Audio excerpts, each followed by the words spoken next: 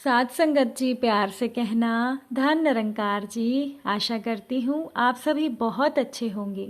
आप सभी का बहुत बहुत स्वागत है। एक नई साखी के साथ फिर से हाजिर हूँ मैं। साथ संगत जी, अगर अच्छा जीवन जीना है तो अपनी सोच को अच्छा बनाइए और चीज़ों में कमियाँ मत निकालिए, बल्कि जो ईश्वर ने दिया है उसका आनंद लीजिए। और आज की साखी इसी विषय पर आधारित है। चलिए साखी सुनते हैं। साथ संगत जी, पुराने समय की बात है। एक गांव में दो किसान रहते थे। वो दोनों बहुत ही गरीब थे। दोनों के पास थोड़ी थोड़ी जमीन थी। वो दोनों उसमें ही मेहनत करके अपना और अपने परिवार का गुजारा चलाते थे। कुछ समय के बाद दोनों की एक ही दिन एक ही समय पर मृत्यु हो गई। साथ संगत जी, यमराज दोनों को एक साथ भगवान के पास लेकर गए।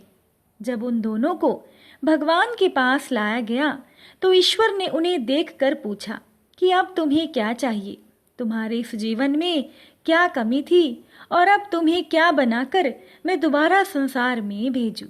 साथ संगत जी, भगवान की बात को सुनकर उनमें से एक किसान बड़े गुस्से से बोला कि हे प्रभु, आपने इस जन्म में मुझे बहुत ही बेकार जिंदगी दी थी।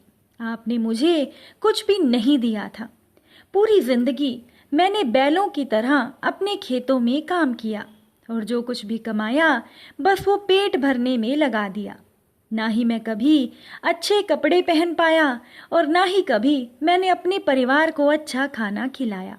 मैं जो भी पैसे कमाता था कोई आकर के मुझसे लेकर चला जाता था, पर मेरे हाथ में कुछ भी नहीं आया। हे प्रभु, देखो कैसी जानवरों जैसी जिंदगी जी है मैंने। अब उसकी बात को सुनकर भगवान कुछ समय के लिए मौन रहे और दोबारा उस किसान से पूछा कि अब तुम क्या चाहते हो, अगले जन्म में मैं तुम्हें क्या बनाऊं। अब ईश्वर का प्रश्न सुनकर वो किसान दोबारा बोला कि भगवान, आप कुछ ऐसा कर दीजिए कि मुझे कभी किसी को कुछ भी देना ना पड़े। मुझे तो केवल चारों तरफ से पैसा ही पैसा मिले। अपनी बात कहकर वो किसान चुप हो गया। भगवान ने उसकी बात सुनी और कहा, तथास्तु, तुम अब जा सकते हो। मैं तुम्हें ऐसा ही जीवन दूंगा जैसा तुमने मुझसे मांगा है। अब उसके जाने के बाद ईश्वर ने दोबारा दूसरे किसान से पूछा कि तुम बताओ, तुम्हें अगले जन्म में क्या बनना है, तुम्हारे जीवन में क्या कमी थी और तुम क्या चाहते हो। साथ संगत जी, उस किसान ने भगवान के सामने हाथ जोड़ते हुए कहा कि हे प्रभु, आपने मुझे सब कुछ दिया, अब मैं आपसे और क्या मांगू। आपने मुझे एक अच्छा परिवार दिया, मुझे कुछ जमीन दी जिस पर मेहनत से काम करके मैंने अपना परिवार को एक अच्छा जीवन दिया। खाने के लिए आपने मुझे और मेरे परिवार को भरपेट खाना दिया। मैं और मेरा परिवार कभी भूखे पेट नहीं सोया। हे ईश्वर, बस मेरी जिंदगी में एक ही कमी थी जिसका मुझे अपनी पूरी जिंदगी अफसोस रहा और उसका अफसोस मुझे आज भी है। मेरे दरवाजे पर कभी कुछ भूखे और प्यासे लोग आते थे भोजन मांगने के लिए, परंतु कभी कभी मैं भोजन न होने के कारण उन्हें खाना नहीं दे पाता था और वो मेरे द्वार से भूखे ही लौट जाते थे। ऐसा कहकर वो दूसरा किसान चुप हो गया। साथ संगत जी, भगवान ने उसकी बात सुनकर उससे पूछा, तो अब तुम क्या चाहते हो, इस जन्म में मैं तुम्हें क्या बनाऊं। किसान ने भगवान से हाथ जोड़ते हुए विनती की कि हे प्रभु, आप कुछ ऐसा कर दो कि मेरे द्वार से कभी कोई भूखा प्यासा ना जाए। भगवान ने दूसरे किसान से भी कहा, तथास्तु, तुम जाओ, तुम्हारे द्वार से कभी कोई भूखा प्यासा नहीं जाएगा। साथ संगत जी, अब दोनों किसानों का दोबारा उसी गांव में एक साथ जन्म हुआ। दोनों बड़े हुए। पहला व्यक्ति जिसने भगवान से कहा था कि उसे चारों तरफ से केवल धन मिले और मुझे कभी किसी को कुछ भी न देना पड़े, वो व्यक्ति उस गांव का सबसे बड़ा भिखारी बना। अब उसे किसी को कुछ नहीं देना पड़ता था, बल्कि जो भी आता उसकी झोली में पैसे डालकर ही जाता था। और साथ संगत जी, वो दूसरा व्यक्ति जिसने भगवान से कहा था कि उसे कुछ नहीं चाहिए, केवल इतना हो जाए कि उसके द्वार से कोई भूखा प्यासा ना जाए, वो किसान उस गांव का सबसे अमीर आदमी बना।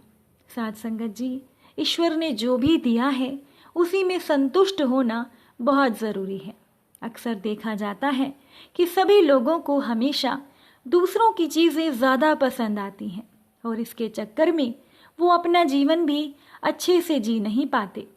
साथ संगत जी, हर बात के दो पहलू होते हैं, सकारात्मक और नकारात्मक। अब ये आपकी सोच पर निर्भर करता है कि आप चीज़ों को नकारात्मक रूप से देखते हैं या सकारात्मक रूप से।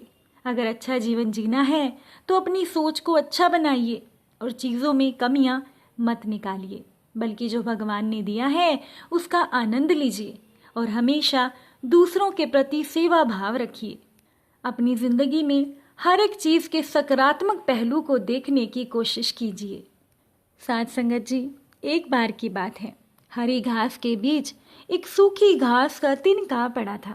उसे देखकर हरी घास उस सूखे तिनके के निष्क्रिय अर्थहीन जीवन पर खिलखिलाकर हंस पड़ी और हंसते हंसते वो हरी घास उस सूखे तिनके को कहने लगी कि अरे सूखे रसहीन तिनके, तेरा हम हरे भरों के बीच में क्या काम है। साथ संगत जी, अब हरी घास का ये ताना सुनकर सूखे तिनके को अपने रसहीन जीवन पर अफसोस होने लगा और वो बेचारा तिनका उदास हो गया। तभी एक तेज हवा का झोंका आया और हरी घास उसमें झूमने लगी, परंतु सूखा तिनका वहां से उड़कर पास में स्थित पानी में जा गिरा। उस पानी में एक चींटी अपनी जिंदगी बचाने के लिए मौत से लड़ रही थी कि अचानक उसके सामने वो सूखा तिनका आ गया। वो चींटी फौरन उस तिनके को पकड़कर उसके ऊपर बैठ गई। थोड़ी ही देर में उस तिनके के सहारे वो चींटी किनारे पर आ गई और अपनी जान बचाने के लिए चींटी ने उस सूखे तिनके को बहुत धन्यवाद किया।